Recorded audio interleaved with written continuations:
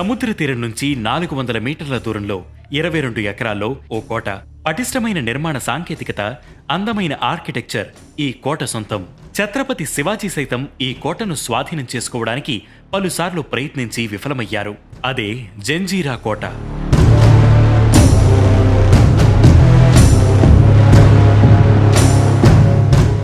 ముంబై నగరానికి దక్షిణాన 165 కిలోమీటర్ల దూరంలో రాయ్గఢ్ జిల్లాలో మురద్ అనే గ్రామం ఉంది. ఈ గ్రామానికి పశ్చిమాన అరేబియా సముద్రంలోని ఒక ద్వీపం మీద ఈ కోట ఉంది. 17వ శతాబ్దంలో జంజీర్ ప్రాంతానికి ప్రధానిగా ఉన్న సిద్ధి మాలిక్ అంబర్ దీని నిర్మాణం చేపట్టారు. 22 ఏళ్ల తర్వాత సిద్ధి సురల్ ఖాన్ హయాంలో దీని నిర్మాణం పూర్తయింది.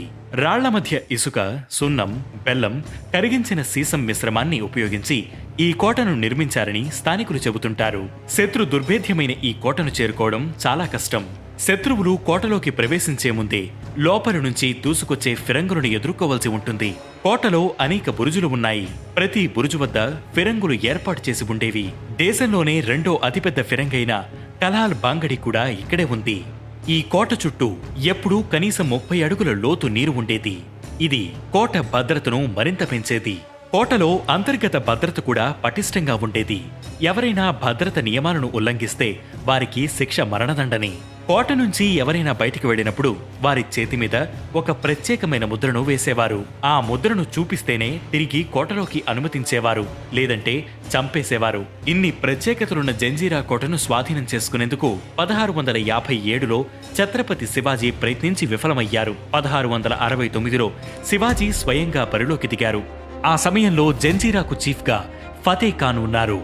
ఆయన పర్యవేక్షణలో మరో 7 కోటలు కూడా ఉండేవి. శివాజీ ఆ 7 కోటలను ఆక్రమించుకున్నారు. కానీ జంజీరాలో బాగా వేయలేకపోయారు.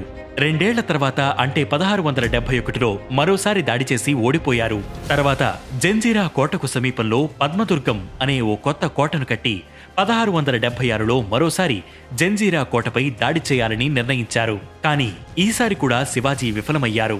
శివాజీ తర్వాత సంభాజీ మహారాజ్ కూడా జంజీరాను వశం చేసుకునేందుకు ప్రయత్నించి విఫలమయ్యారు.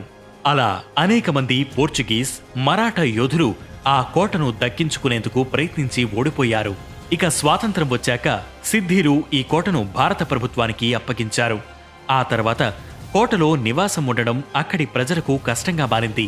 దీంతో చుట్టుపక్కల గ్రామాలకు వెళ్లి ఆశ్రయం పొందారు.